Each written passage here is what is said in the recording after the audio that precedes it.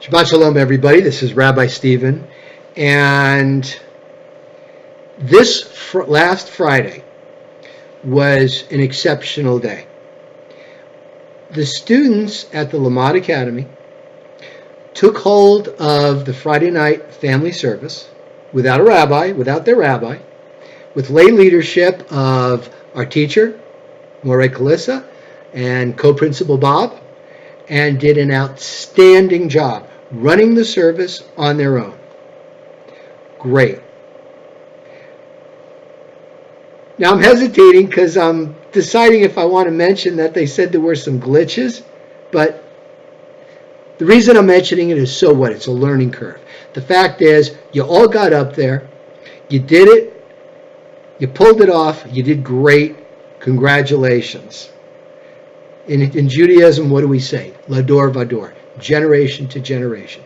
This is the next generation that will take leadership from their forebears, and our religion, Judaism, is in great hands.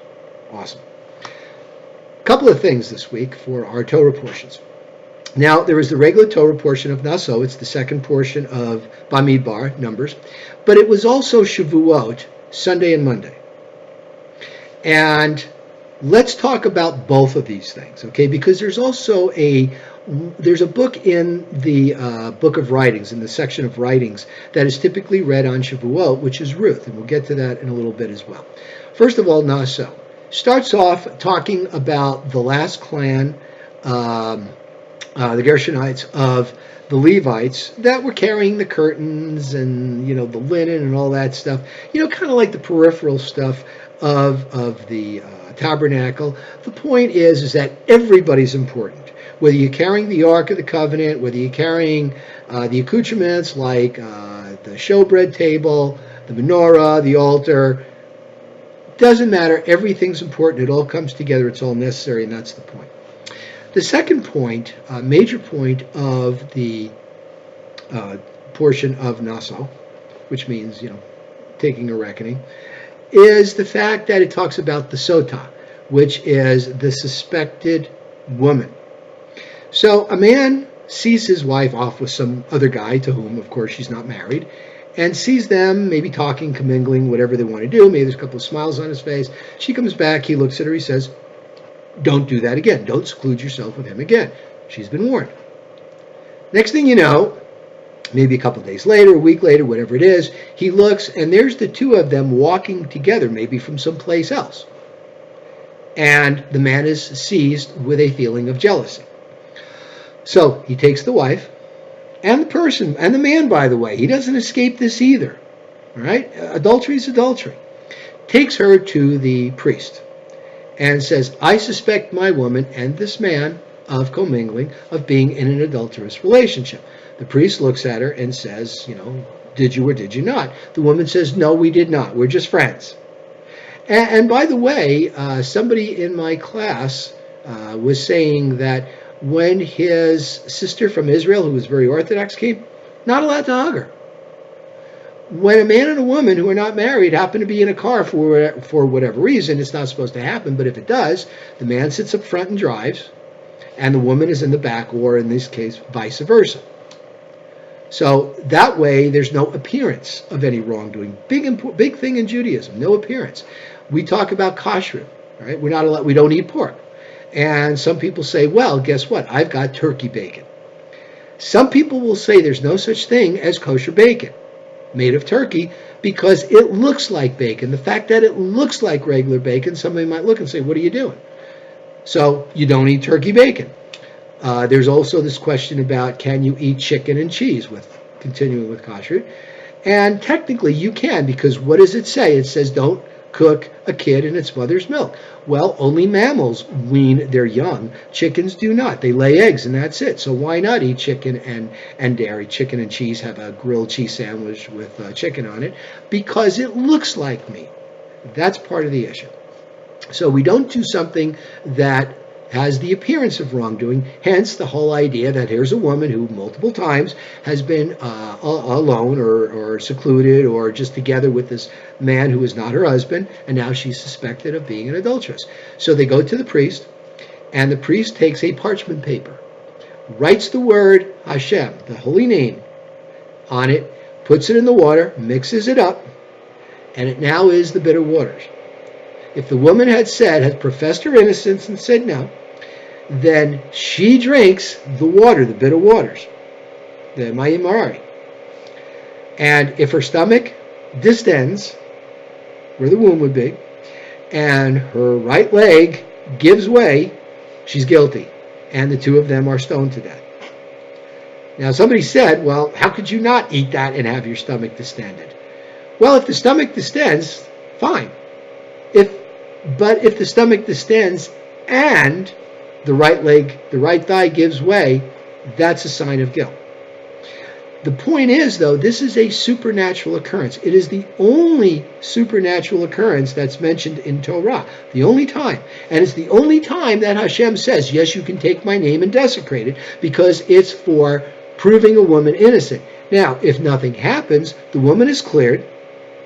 The incident is never brought up again. Think about modern psychology. Two people reconcile. You don't, years later, said, hey, remember when you... No. Done.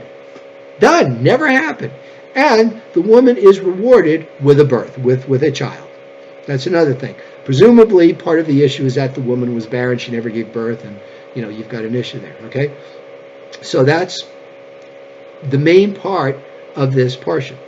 Now, the next portion is that we went through Shavuot, and there was a wonderful discussion with the kids.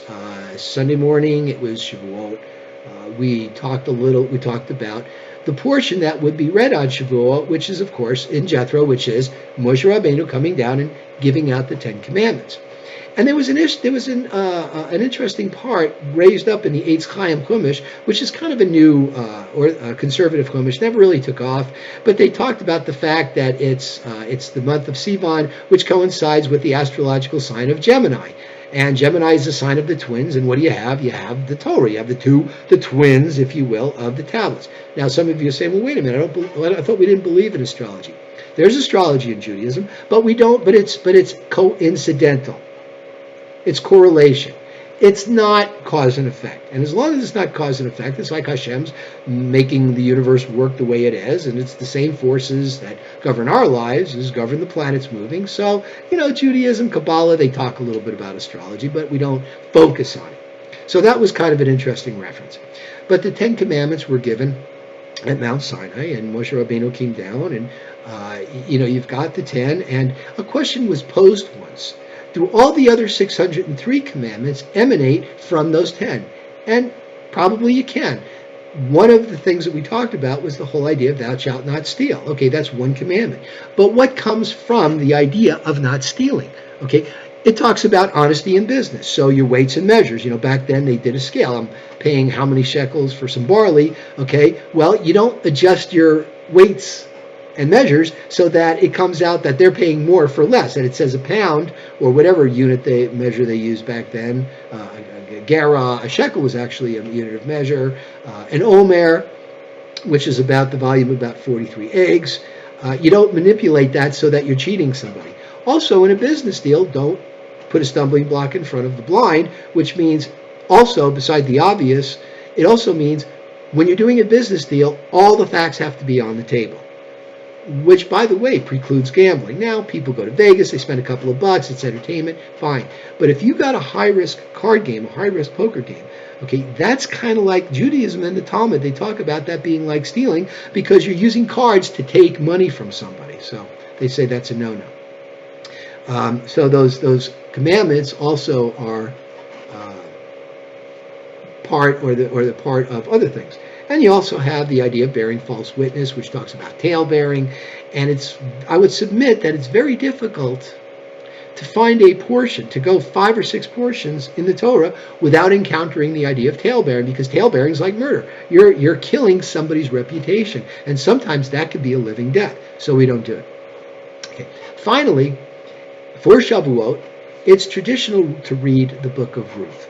Now, Ruth was a Moabite woman who married this woman Naomi's 2 sons, and there's discussion about whether they converted, whether they didn't convert, whether it was coerced, their conversion was coerced. But anyway, the husband, who was rich, dies, And the two sons ends up dying. So now we've got Naomi, who's a widow, and the two daughters who are widows, and they're destitute. They lost all their money.